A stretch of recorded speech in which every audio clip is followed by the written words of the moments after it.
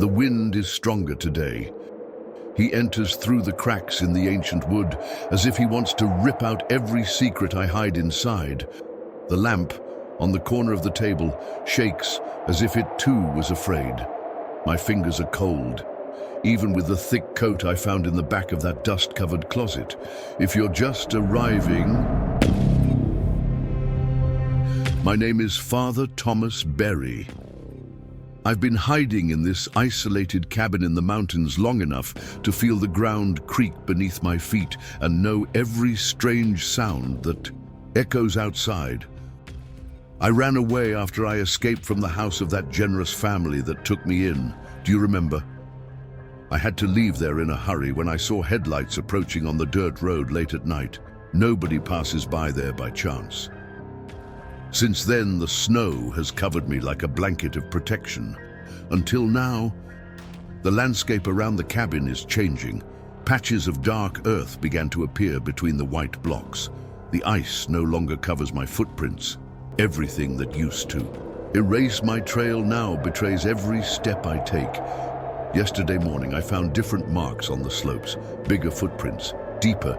They weren't mine. And at night, I heard what sounded like breathing near the window, followed by slow footsteps in the wet snow. This has been repeating itself. The frequency increases as the ice disappears. I know what that means. They are close. They are waiting for the right moment. But as long as I have the strength, as long as my hands can hold this makeshift microphone and my voice can still reach you, I will continue. Today, I'm going out hunting. I need food. It's been 3 days since I've eaten anything other than some dry bread and tea made from bitter roots I found near the frozen stream. The traps I left caught nothing, and yesterday's noises took away any chance of getting anything easy. It's dangerous to leave now, but it's more dangerous to become too weak to run away. Before that, I want to record something that needs to be said, another layer of the rot that I tried to hide for too long. But before continuing with what I discovered, I need to ask you something again. Those who already follow me will understand. And those of you who are here for the first time, please listen carefully. Leave suggestions for a safer place for me in the comments. Don't use real city names, please. Be creative. If you can, use the names of saints, forgotten shrines, ancient caves that only appear on pilgrimage maps, mountains that the monks knew, or places mentioned in ancient prayers. Use codes, words that only those who believe in faith as a weapon understand. Help me disappear again. This cabin gave me time, it gave me silence, but now you're cheating on me. The wood that previously muffled sounds now amplifies each step, every drop. My every breath sounds like a scream within these walls. Maybe I'm paranoid, maybe not. The incense I felt in the air last night is not from this place. It was the same aroma used in solemn masses in the Vatican. There's no way to explain this without admitting the obvious. They were once here. Maybe they left something, a camera, a sensor, or just a message, like the inverted silver crucifix I found 2 days ago stuck in the snow, less than 10 meters from the back door. There is no more time. I can't wait for another sign. I need to keep moving. But before I dismantle everything, pack up the remaining files, and erase my tracks again, I need to record what I discovered. They want me to shut up. May I disappear like so many others, but I will talk, even if it's for the last time. If you can, tell me in the comments where I should go. A new refuge, a new cabin, a forgotten cellar beneath a ruined church, a crypt where the bells haven't rung for decades. I need to continue, I need to hide, but most of all, I need to reveal. That's why I'm here, in front of this camera, with the cold biting my skin, while the sky outside darkens even though it's still early. I don't know if I'll come back from this hunt. But if I return, I will bring something that will shake even the most faithful.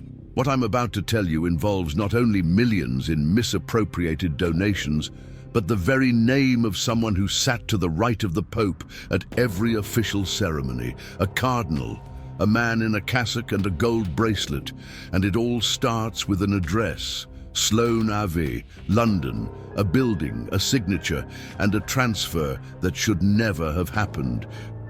Giovanni Angelo Becciu, a name that, for years, walked the corridors of the Vatican enveloped in reverence and silence. A man who used his cassock as a shield and a cardinal's ring as a symbol of unquestionable authority. For many, he was just another face among the many that make up the College of Cardinals. But behind the scenes, he was seen as one of the most influential men in the Holy See. Present in the most important decisions, consulted on sensitive topics, respected and feared, until the day it stopped being, until the day his name, once engraved on the golden walls of power, appeared emblazoned on newspaper pages as the epicenter of one of the Vatican's biggest financial scandals in recent years. Not just anyone asked for his head, it was Pope Francis himself. And not in a diplomatic note or a behind-the-scenes conversation. It was a direct order. Becciu had to resign. But as always, the official version came carefully packaged. Resignation for administrative reasons. A phrase as generic as it is convenient. However, anyone who has spent too much time among sealed files and musty-smelling documents like me knows when the truth is being drowned out by incense. What really happened goes far beyond administrative reasons, and I saw it. I read it. I played the records with my own hands. The documents were filed under layers of harmless paper. Mission records in Africa, seminar bulletins, lists of baptisms in remote dioceses. Everything to hide what no one should see. And there they were. Transfers, subscriptions, bank codes. The San Pedro Fund, created to help those most in need, was used to feed a project that had nothing Christian about it. The purchase of a luxury property in London, worth more than 350 million euros, with money from donations from the faithful.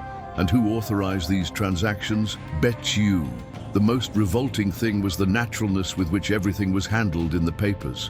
Phrases like asset allocation to stabilize investments or strategic reallocation of institutional capital. Fancy words to cover up a brutal truth. They were laundering faith money. And if anyone questioned, the answer came quickly and dryly. Internal administrative matter. But the faith of thousands was treated as a market reserve.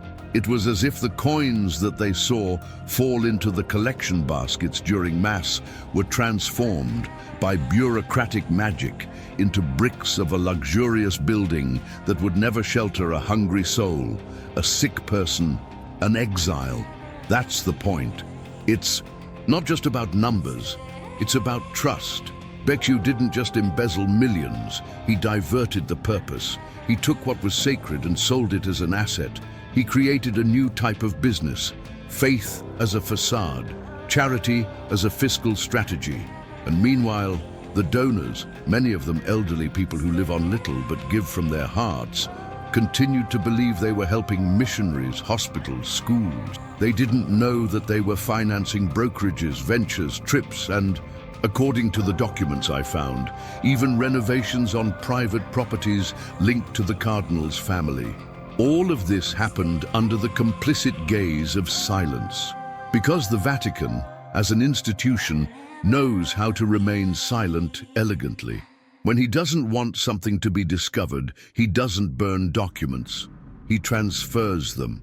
When he doesn't want a name to leak, he doesn't delete it. He just hides it with new titles, new positions, new parishes.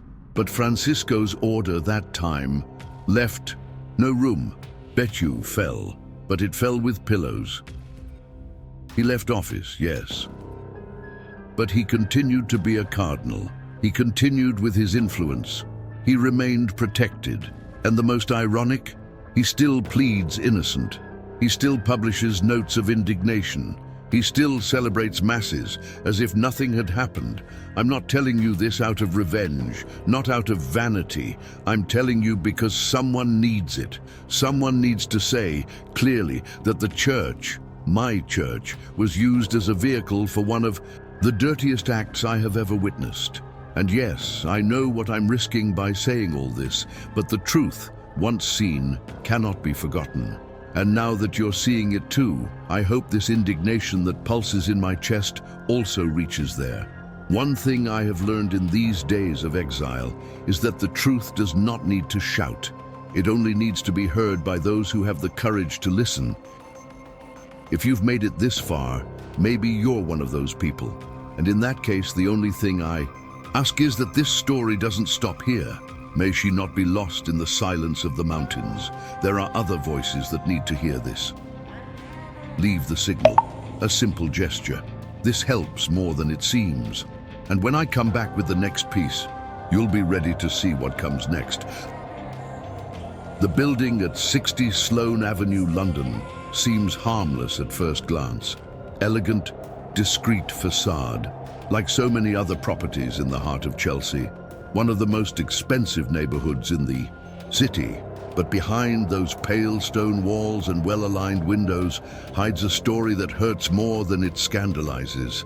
A story where each brick was built with the ingenuity of the faithful, with the sweat of those who believed they were helping the poor, the missionaries, the sick. And that's exactly why talking about her still makes me shiver. For weeks, I reviewed documents stored in boxes with neutral labels, such as ordinary accounting, Western Europe. But inside them, the content was anything but ordinary. Donations made by the faithful to the St. Peter's Fund, the fund destined for charitable works promoted by the Vatican, were diverted in a sophisticated operation carried out with the coldness of those who know they are protected by the shadow of something greater. And that was how an amount close to 350 million euros was reallocated to purchase that building, a real estate investment, disguised as a pastoral mission, an Operation Domus. The first time I saw this name was in an internal memo on the Secretary of State's letterhead. Initially, I thought it was some new refugee shelter. After all, Domus can refer to home, shelter. But as I progressed through the files, I realized the perversion behind the name choice. It was not a home for the homeless. It was a mansion for the capital, a haven of luxury financed by sacred coins. And who authorized the movement step by step, as if they were signing routine parish bulletins? Giovanni Angelo Becciu. The SAM contracts were all there, signed, stamped, registered with a formality that bordered on mockery, encrypted emails exchanged between high-ranking employees dealing with million-dollar figures with frightening naturalness. Phrases such as consolidate European assets, maximize Holy See liquidity, and reinvest in properties with a safe return were repeated like mantras in each line. No mention of faith, mission, evangelization, or charity. None. It was as if the gospel had been replaced by a business management manual. In one of the messages, an advisor mentions that the property would bring great returns in the next 5 years, given the increasing value of square meters in the region. And then he adds, "We are within the risk margin allowed by management, the permitted risk margin." Like this? Since when does helping the poor have a margin of risk? Since when did other people's suffering become an item on a performance sheet? This wasn't just mismanagement.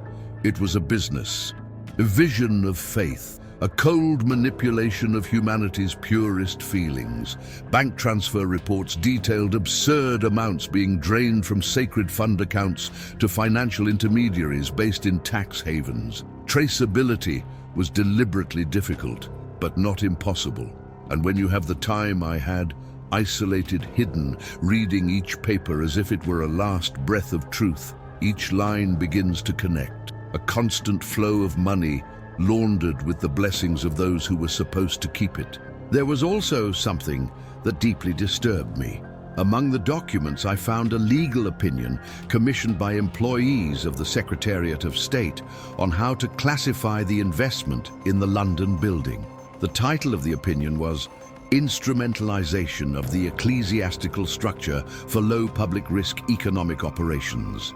Low public risk. They knew that if this came to light, it would be a scandal. But they believed, rightly so until now, that the risk of being questioned was minimal. After all, who would dare distrust the church?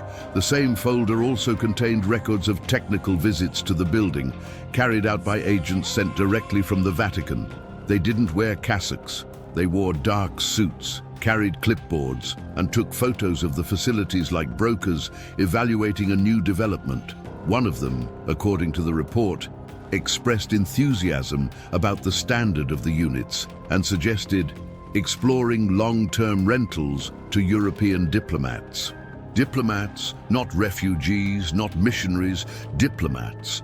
And then came what was perhaps the most difficult moment of that reading.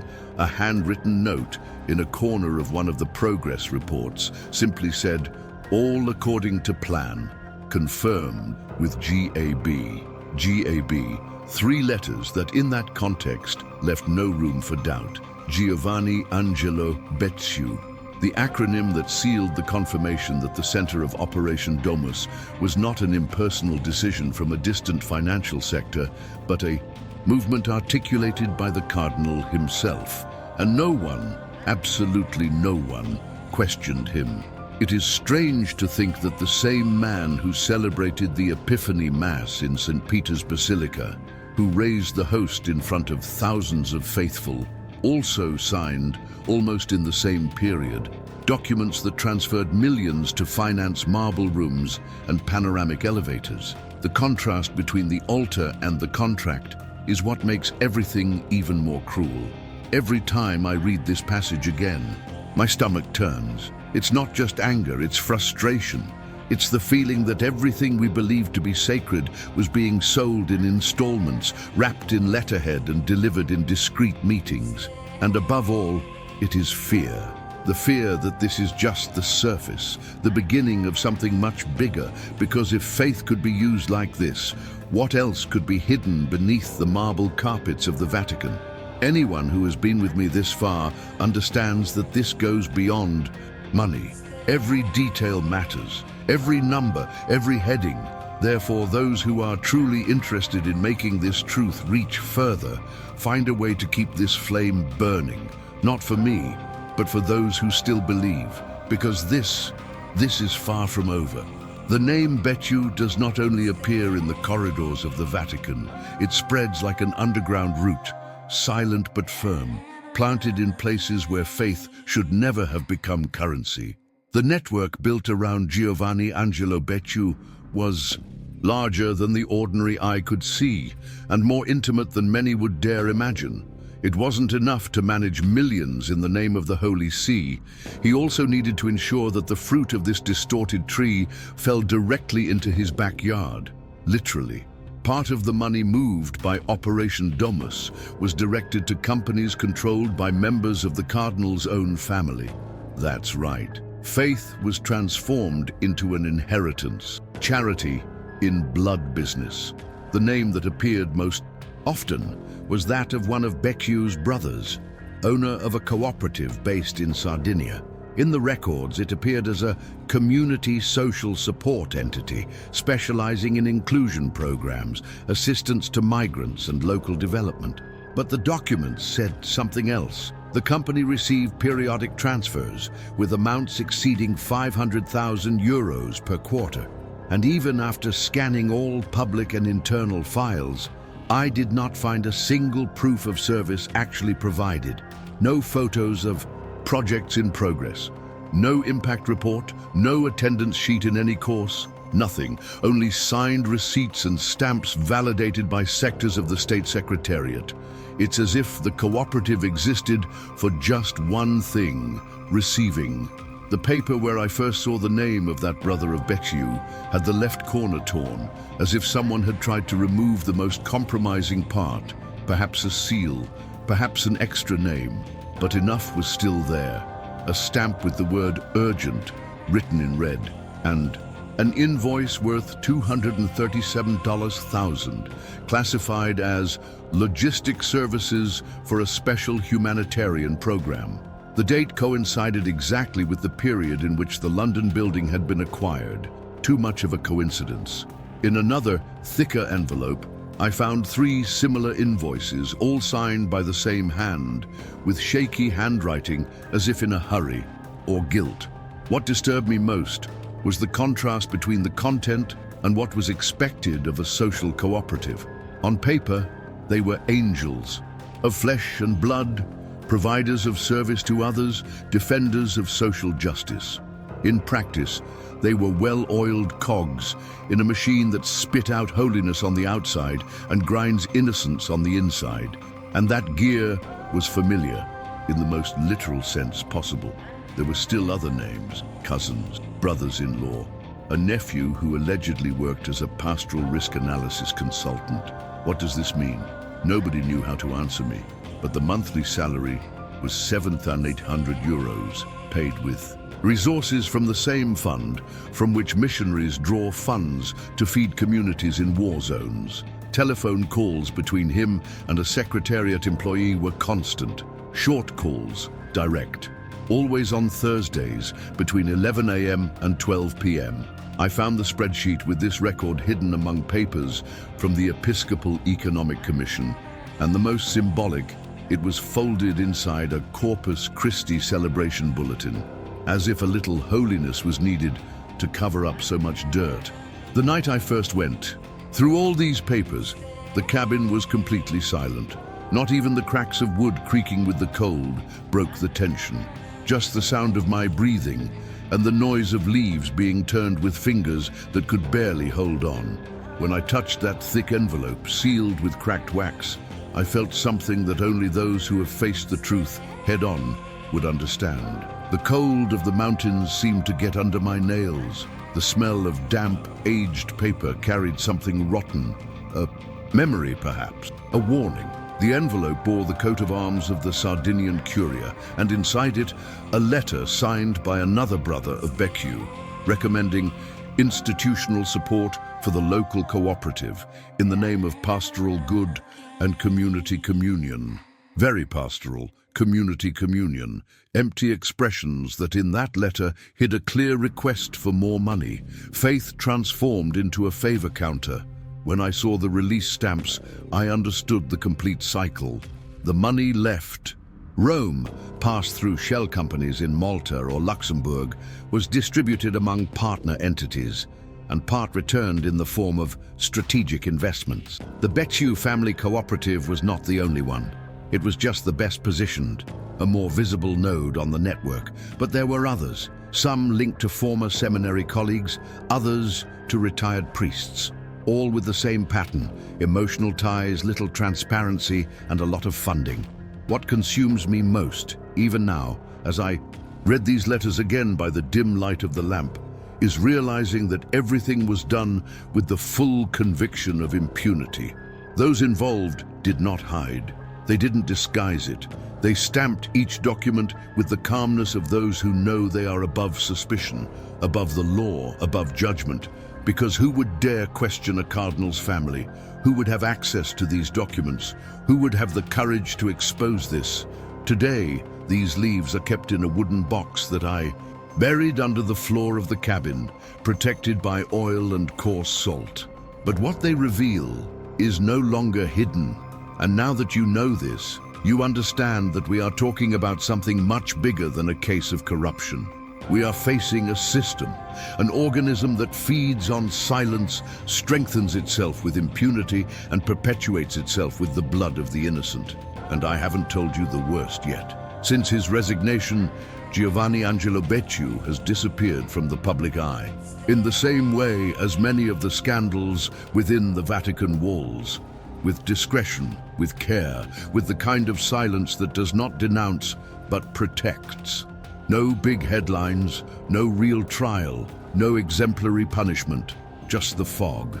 The church's eyes turned to other topics, the headlines cooled, and the investigations These evaporated like the vapor of breath that rises in the freezing air here inside the cabin. I looked for reports myself. I felt the weight of their absence more than their presence. Where there should have been a record, I found gaps. Where there should have been letterhead, there was a file inaccessible due to internal restructuring notice. The physical files were taken in sealed boxes protected by labels with golden seals and instructions for exclusive access to ecclesiastical superiors. What about digital ones? They were migrated to more modern systems, so they said. But what was migrated was also deleted. And I'm not talking about simple exclusion. I'm talking about rewriting, amendment, as if they never existed, as if the very memory of corruption had been washed with the same zeal with which they laundered the money. The Vatican is an organization that knows how to protect itself. He knows how to erase tracks without raising dust. And when someone dares to ask too much, as I did, the system reacts. The reaction does not come in the form of direct threats, because that would be too obvious. She comes in disguise. First, a subtle email, suggesting I focus more on prayer and contemplative silence. Afterwards, my access to the files was temporarily suspended for security reasons, followed by a call to take up a new post in a rural parish in Sicily, a place where there are no archives, no computers, no basements, just silence, just distance. I refused. And in the same week, my room was rearranged without warning. The papers I had been sorting, the reports I was indexing, disappeared. Instead, they left a generic note saying that the materials were being recatalogued for digital maintenance and preservation. I knew what it meant. It was the end of the line. It was there that I realized that I could not continue within the system. Not like this. Not while I actually wanted to seek the truth. And it was also when I understood that what seemed to be an omission was, in fact, an active protective structure. For every priest who asks too many questions, they offer a spiritual retreat. For each nun who reads beyond. The first page, a transfer to distant missions. And what about lay people who try to speak? An avalanche of formal communications that say nothing, but they are scary enough. Some leave, others disappear. And some of it just disappears from the story. Talking about it here right now, with the wood crackling in the fireplace and the wind biting outside, is like shouting at a stone wall. But I need to continue, because being hidden doesn't mean being quiet. I still breathe. I still read. I still have documents in my hands that escape destruction by millimeters.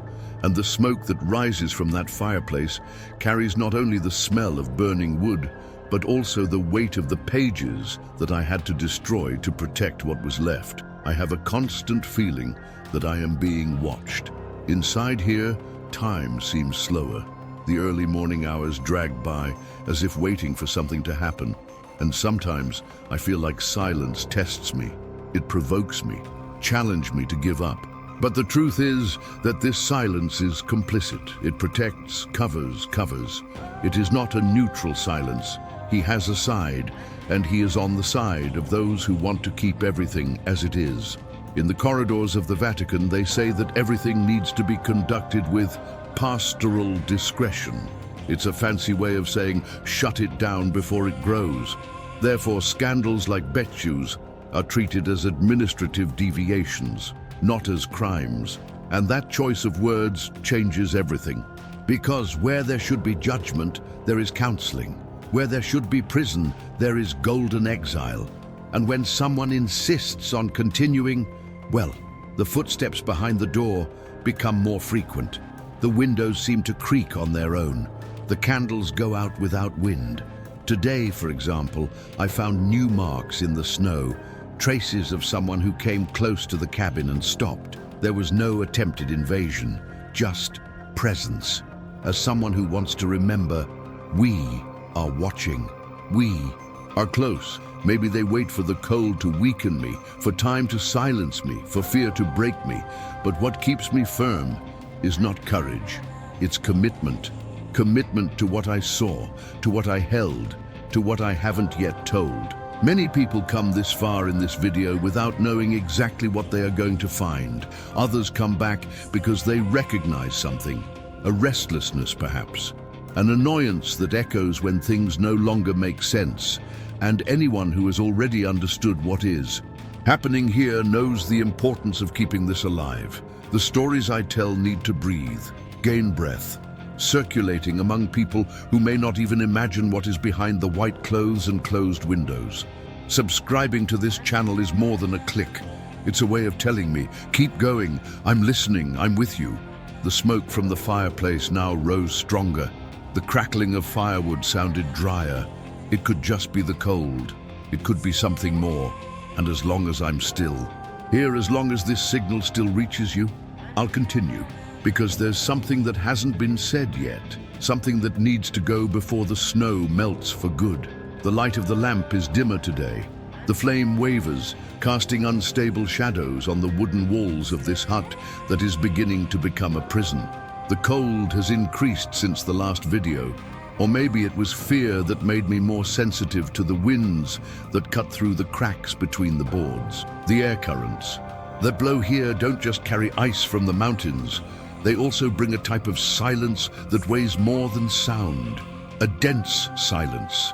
The kind that screams between the lines, that whispers through the cracks. And it is in this silence that I continue, speaking to you. Because every word said here, every line I read, every memory I bring to the surface, all of this is part of a scream that needs to cross the barrier that they try to impose around these truths. You who have been with me since the previous video, thank you. Not as someone who is grateful for a temporary favor, but as someone who recognizes that without that help, they might not even be here anymore. The suggestion I received in the comments, encoded between names of saints and forgotten references from old maps, led me to this place, an abandoned cabin that, for a while, gave me what I needed most, silence and time. Time to organize the papers I managed to save, time to breathe away from the cameras, time to understand the extent of what I discovered. But now that time is running out. The last few nights have been different. Something has changed in the way the shadows move outside. The creaking of the porch no longer sounds like old wood adjusting in the cold. It's more rhythmic, more human. Last night, around 3 in the morning, I heard what sounded like someone lightly touching the back door. It didn't hit. He didn't try to force it. It just pulled over, like someone marking territory, as if to say, I know where you are. I waited in silence for almost an hour. There was no sound of footsteps moving away, just the wind and the sound of something metallic being left on the doorframe. It was a simple wooden cross with a hand-engraved inscription in Latin, Fiat voluntas tua, thy will be done. A clear message coming from someone who believes they have authority even over the divine will. But I'm still here, still breathing this air full of smoke, memories, and fear. Still with the documents hidden under the floor, with the camera still on, even with the battery fluctuating, because what has been said so far is just part of something much bigger, and I can't go on alone. That's why I ask, with the calm of someone who knows that time is short, anyone who believes that faith was not created to cover up crimes, anyone who understands that spirituality cannot be used as a shield for misuse of power, write in the comments, clearly, I don't shut up. These 4 words are not just a sentence. They are a silent current, a discreet but firm resistance. Every time I read this phrase in previous videos, something inside me lights up again. It's as if you were here, in this cabin, holding the door with me, preventing it from giving way. Many have arrived now, people who perhaps clicked out of curiosity or because they heard someone mention that priest who disappeared in the mountains. To those I say, go back a little. Watch the previous video. Everything is interconnected. Each piece is part of a puzzle. Each name mentioned, each number, each date are fragments of a system much better structured than one imagines. The case of Cardinal Becciu is just a visible face, a well-known name. But behind it, there is a whole mechanism driven by silence, a mission, by pacts that were never written, but which support castles built on the rubble of other people's faith. Sharing this video, getting it to more people, is not about numbers. It never was. It's about weight. Weight of conscience, weight of responsibility. Every time this story crosses a new screen, there is one more chance that someone, somewhere, will remember a document, a conversation, a clue, and send and complete what is still missing. Do you think everything I've revealed so far came from a single source? No, they came from fragments, from people who, upon hearing one excerpt, recognized another. They joined, they complemented, and they sent it to me. Sometimes a name, others a torn sheet. I have even received a package of wine where there was an encrypted message among the consumption instructions.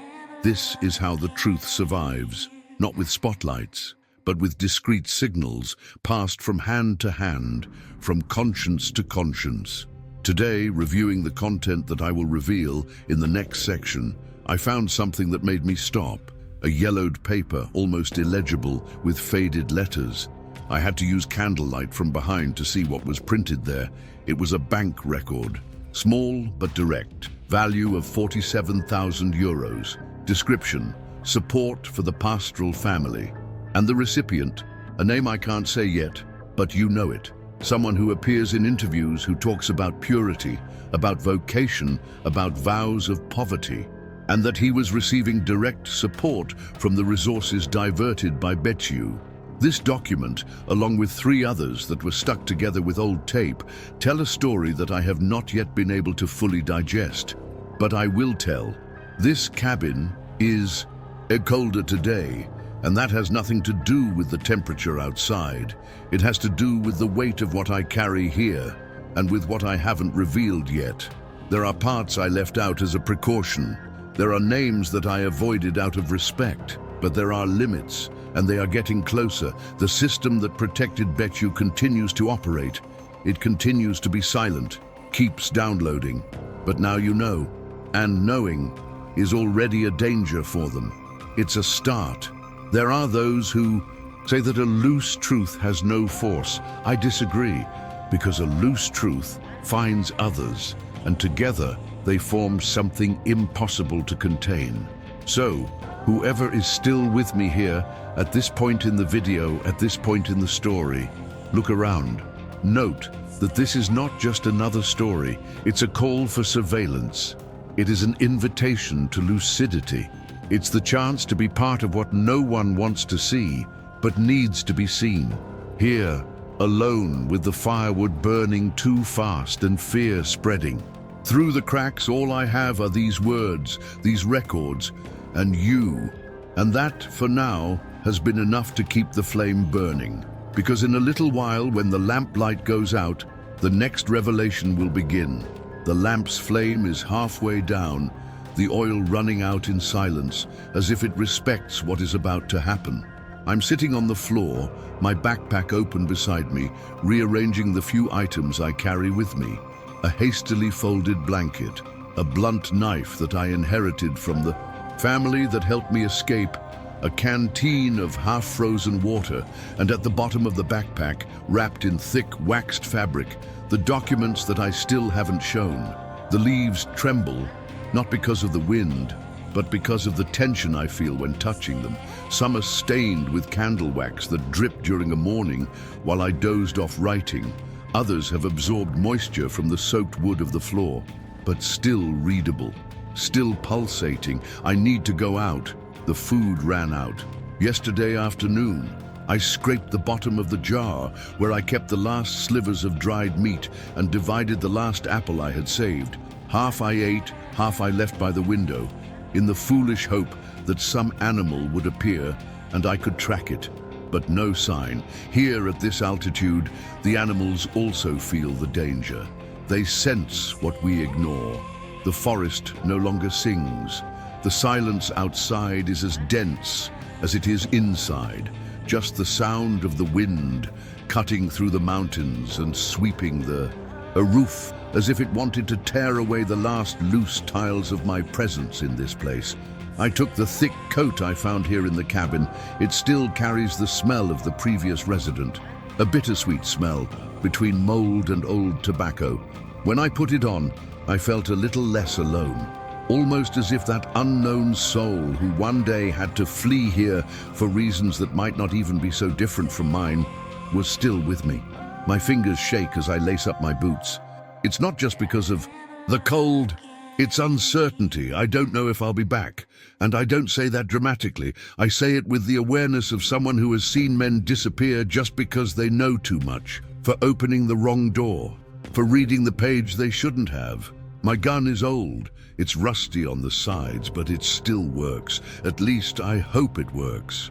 I checked the drum, cleaned the barrel with a piece of cloth I tore from the lining of my backpack, and placed it inside my jacket, close to my chest. Its weight is nothing compared to what I carry on my head. Outside, the air is thicker. It's as if the wind itself has stopped to listen, and maybe it is. Sometimes when I'm in the middle of the woods, I get the feeling that I'm being followed, but I don't see anything, just that vibrant silence, like that of an empty church when Mass ends and the last candle is still burning alone.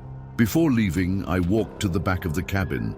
There is a loose board under the shelf where I keep documents. There I dug a small space in the earth, where I hid copies of everything I had collected so far. I don't just trust digital. I've already missed too many signals. I've seen networks disappear, entire files evaporating from the cloud as if they never existed. The paper still breathes, it still resists.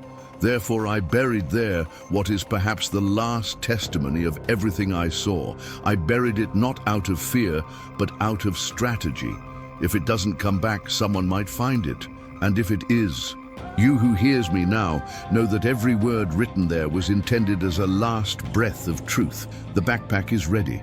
The clasp is worn, but still secure. In my side pocket, I carry the letter I received months ago without a sender, just with the coat of arms erased and the words, "Keep digging," written by hand. I never found out who sent it, but that roll was the trigger for me to leave everything. And here I am, digging not the earth, but the lies, the layers, behind the scenes of holiness, built on silence and gold. Before opening the door, I stopped. I looked at the makeshift altar I'd set up with 2 candles, a crooked iron cross, and a rosary I'd carried since seminary. I prayed, not to be protected, but to have time. Time to go back and continue. Time to talk about what's still missing, because the Betu case is just the surface.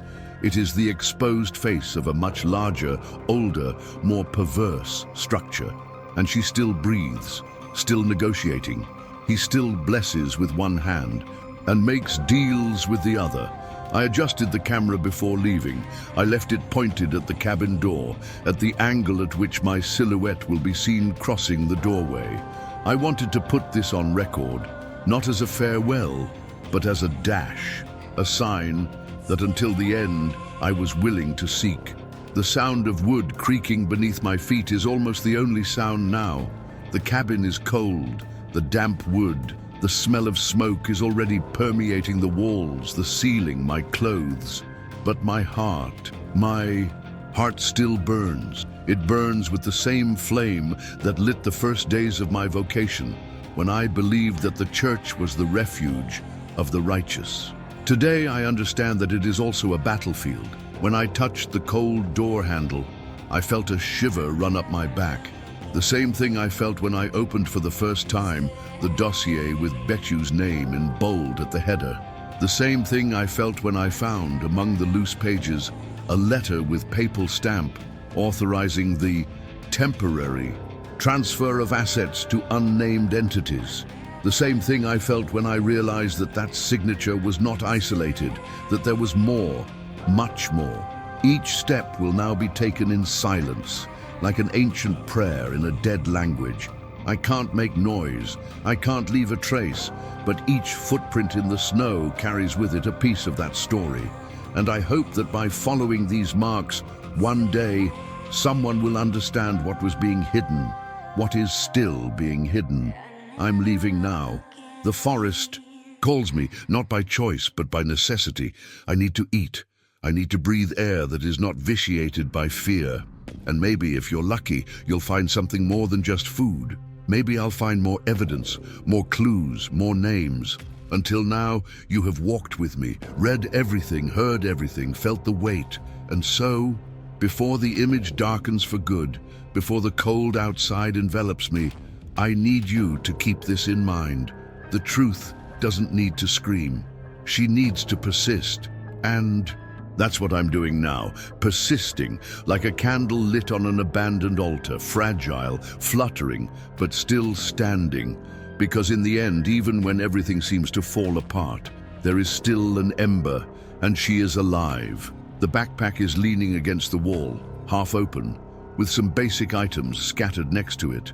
A small hunting knife, a thin rope rolled up carefully, 2 cans of beans, a scratched aluminum canteen, and the old binoculars that I found hidden among forgotten boxes in the basement closet of the parish where it all began. It's all there, little, precarious, but enough to at least try to survive another night away from the eyes that pursue me. Today, when I woke up, I realized that the creaks on the roof during the morning were not the wood giving way to the cold. The pattern was different, very regular intervals. 1 step, pause, another step, more pause, and a slight creaking, like that of a wet boot pressing down on hardened snow, begins to cover the hut's roof. Like a cold, silent veil. I got up slowly.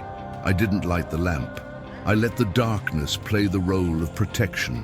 I waited for the sound to stop, and when I felt that the air had returned to its normal rhythm, I opened the back window.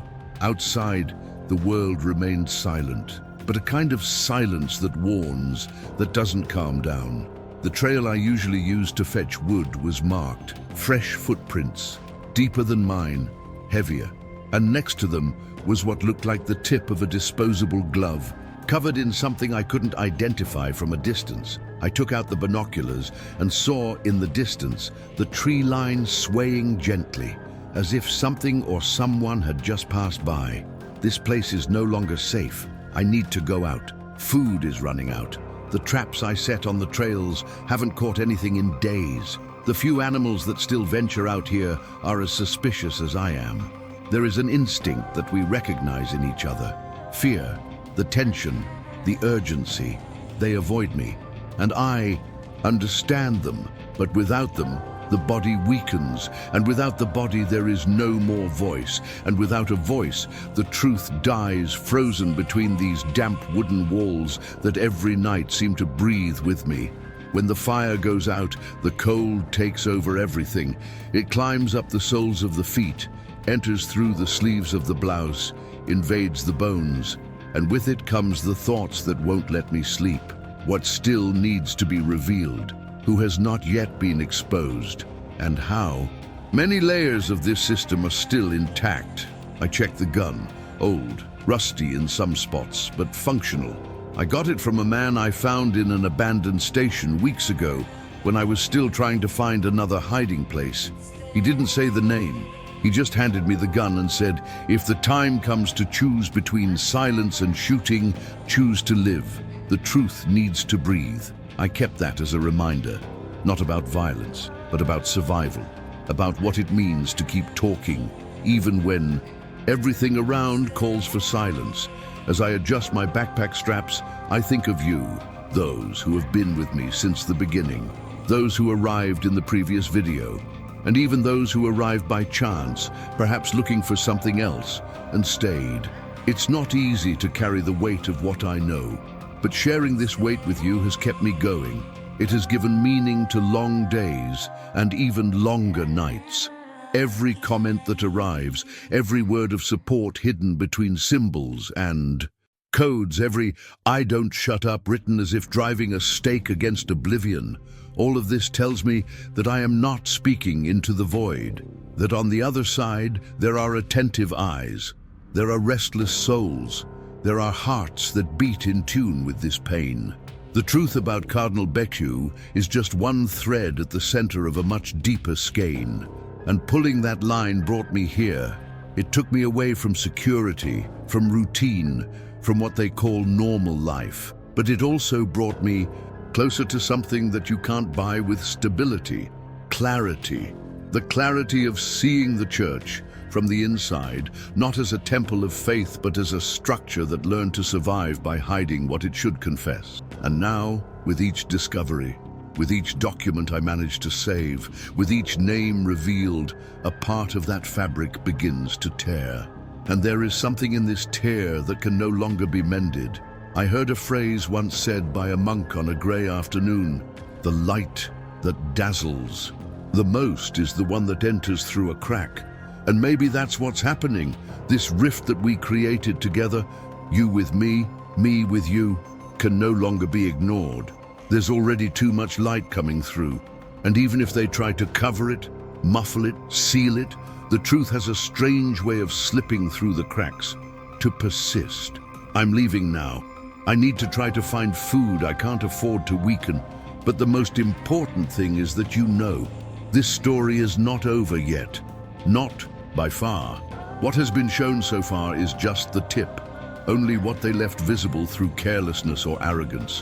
What comes next is stored in deeper archives, in hidden reports, in sealed boxes that through unlikely paths reached me.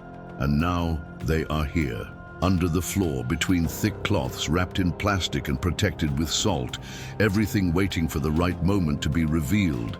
If I go back, I will bring another fragment, a name, a document, a detail that, added to what you have already seen, will form the image that they fear most, the image of truth without filter, without censorship, without forced confession. But if something happens, if I don't come back, then let this video go as far as possible. May you find paths where I couldn't go. May it reach the eyes that have not yet wanted to see, and plant doubt in them. The same doubt that one day made me go down to the archives, the same one that made me run away, the same one that now makes me put on my boots and fasten my backpack belt. The cabin is cold, the damp wood, the floor smells like wet earth. The darkened corners of the room now have something funereal about them. The shadows no longer dance. They drag on, slow, as if they also know that time is running out. Every breath in here echoes like a final sigh, but my heart still burns. Even though scared, even though it is tight, it burns with the strength of a forgotten candle on an abandoned altar.